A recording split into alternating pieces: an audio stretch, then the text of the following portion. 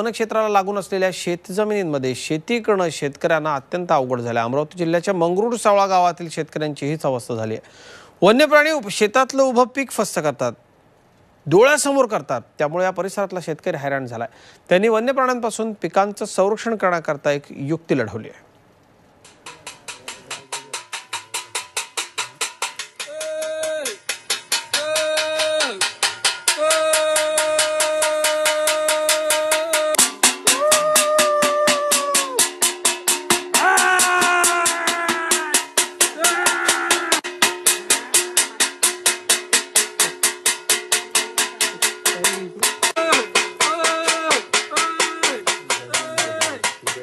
वन्य प्राण्यांपासून आपल्या पिकांचं संरक्षण करण्यासाठी मंगरूळ सवाळा गावातील शेतकऱ्यांनी ही नामी शक्कल लढवली आहे। या परिसरात हरिण, चितळ, नीलगाय, रोही, रानडुकरांची संख्या मोठी असून त्यांचा या भागात वावर आहे। हे वन्यजीव एका दिवसात उभं पीक फस्त करतात, त्यामुळे इथल्या शेतकऱ्यांनी वन्य प्राण्यांना हुसकावून लावण्यासाठी हा उपाय शोधलाय।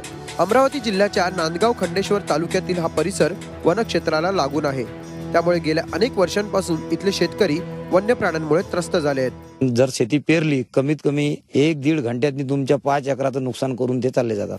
वन्य प्राण्यांच्या वावरामुळे मंगरूळ सवाळा गावातील सुमारे 700 एकर जमीन दरवर्षी पडीक राहते। याविषयी ग्रामस्थांनी वन विभागाकडे वारंवार तक्रारी करूनही त्याचा फारसा फायदा झाला नाही। वन विभागाने या परिसराला तारेचं कुंपण घालावं, तसेच पिकांची नुकसान भरपाई द्यावी अशी मागणी इथल्या शेतकऱ्यांनी केली आहे। तार कंपाऊंड आणि शेतीचं होणारं नुकसान हे देणं भरून देण्यात यावं, कारण त्याचे प्राणी खाऊन राहिले ना, जे नुकसान करून तो भरून देईल ना।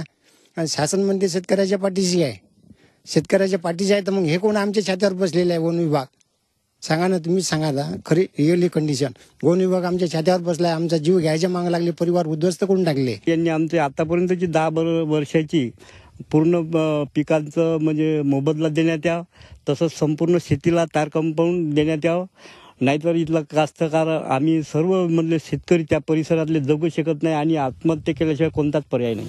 शेतकऱ्यांचे पाळीव प्राणी जंगलात गेल्यास वन विभागाकडून त्यावर कारवाई केली जाते। वेळ प्रसंगी त्यांना तुरुंगाची हवाई खावी लागते।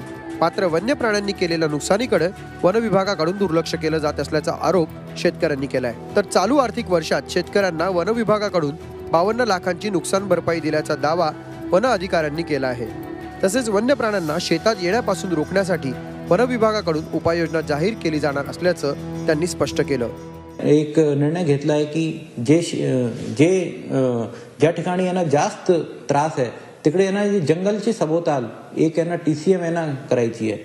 TCM केल्यानंतर यांना प्राणी यांना कुदून लोकांच्या शेतात नाही जात आहे, तर अशी सारखी यांना उपाययोजना करण्याचा एक प्रयास आहे। वन विभागाकडून दिली जाणारी नुकसान भरपाई तुटपुंजी असल्याचा दावा शेतकऱ्यांकडून केला जात आहे, तर दुसरीकडे शेतकऱ्यांच्या तक्रारीची दखल घेतली जात असल्याचं वन अधिकाऱ्यांचं म्हणणं आहे। या पार्श्वभूमीवर शेतकरी आणि वन विभाग यांच्यात संवाद निर्माण होण्याची आवश्यकता आहे, तरच हा प्रश्न मार्गी लागणार आहे। राजेश सोनोने, झी मीडिया, अमरावती।